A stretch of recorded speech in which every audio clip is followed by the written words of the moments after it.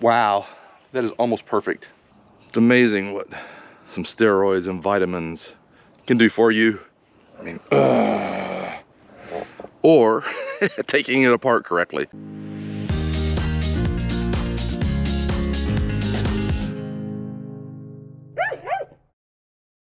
So I manned up and I finally got the base up off my dolly and into the truck. And the key to that was taking the shocks off from the top only and removing it, and not trying what I was trying to take all the shocks off totally. And I was able to get the bottom off first, but what that was doing was pushing up on the head, if you will. That's where I was getting all my tension from. So once I removed the shocks from the top, and I was able to then let them relax, and I pulled the shafts out again from the post, and I'll show you all this when I reassemble. But once I did all that, it basically just twisted right off. And I did actually read the directions, but I forgot. But once I looked it over again, it came right up. All right, so let's get this thing in the rails and let's get started. I'm gonna also recommend maybe a little piece of wood or something to kind of lay down in between the rails to keep the shock absorbers from just falling inward. So let's give that a try.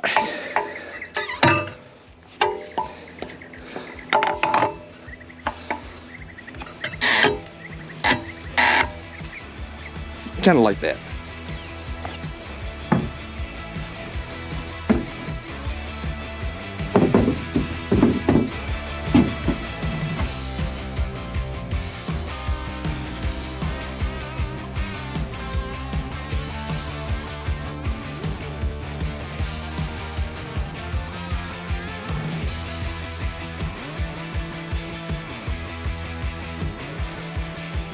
Another thing, and I did read this in the manual,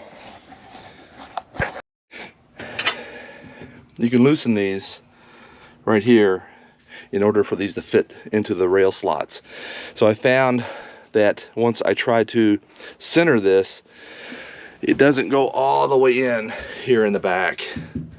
So I'm going to reposition this, load that into the rear, loosen these front ones, let them slide in place, and then tighten those bolts.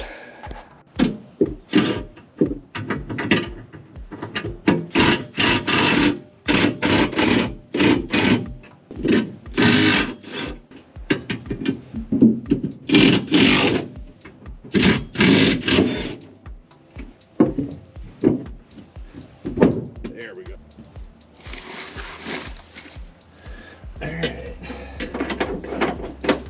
Perfect.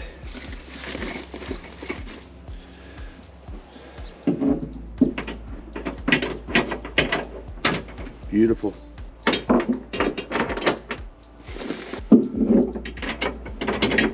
All right. Now, the set of pins. We'll put these from the inside out.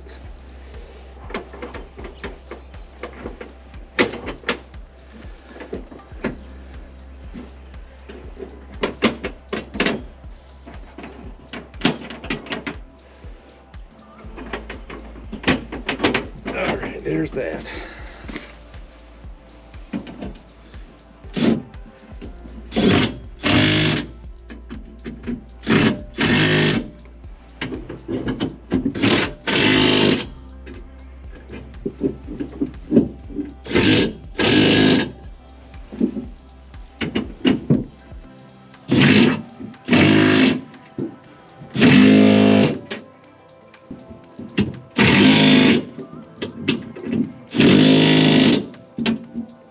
Okay, I'm happy with that now. All right, so now we'll go get the top part.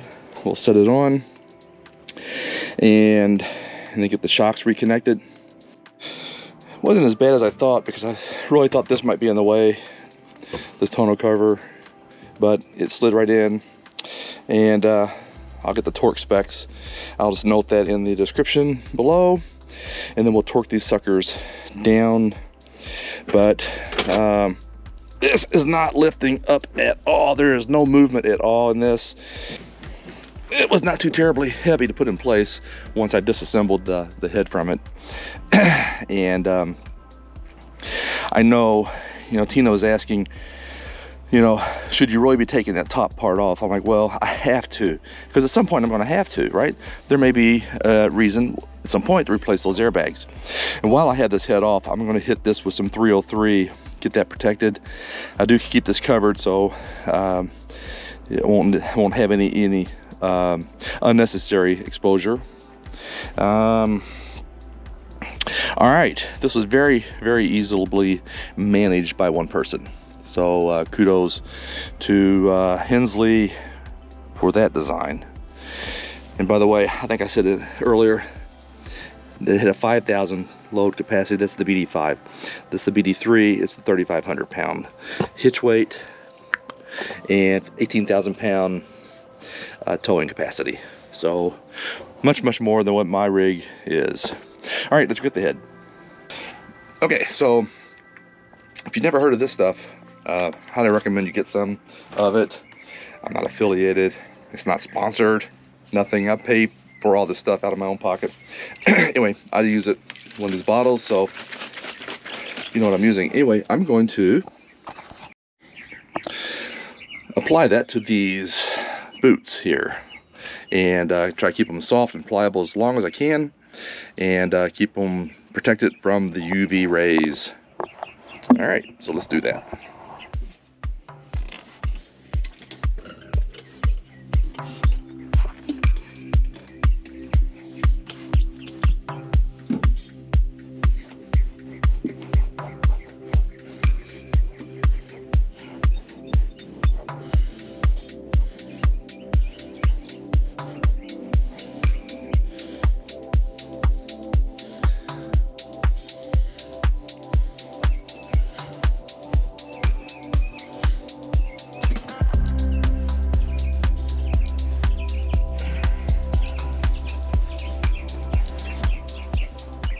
And honestly, it probably wouldn't hurt to hit a little bit of this, put a little bit of this on the rubber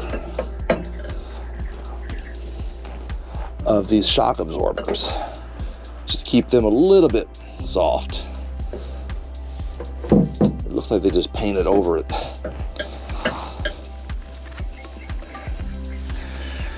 Okay.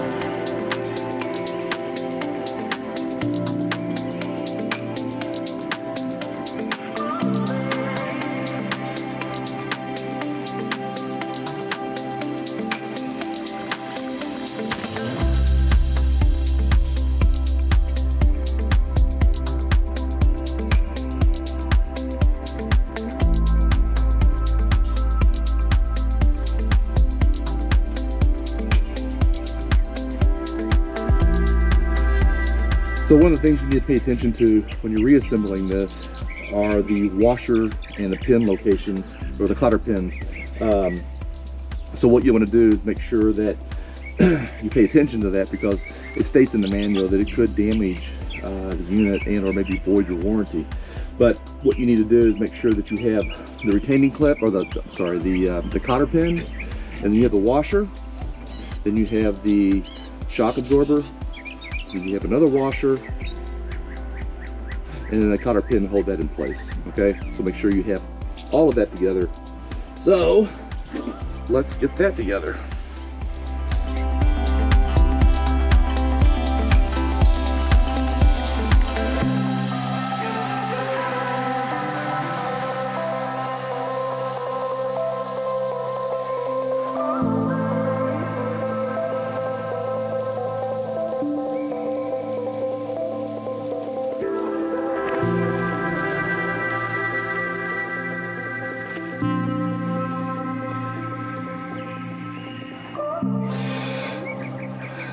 All right, so finally got that sucker on. And it did. Went right on. And cotter pins.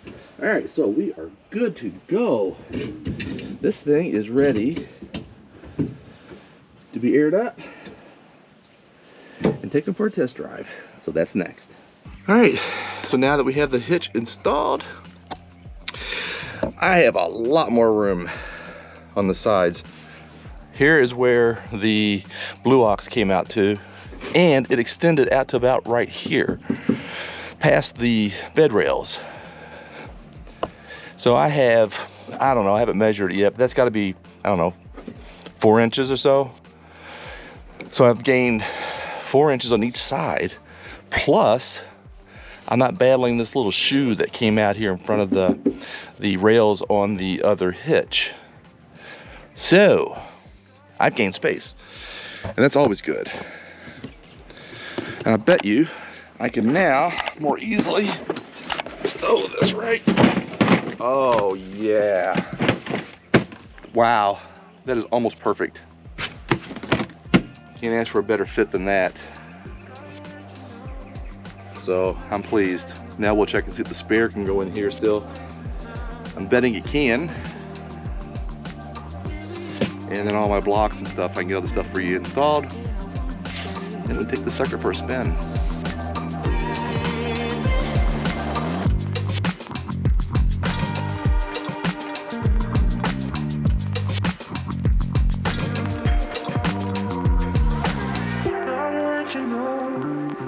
I can't let you go. No more wasting time.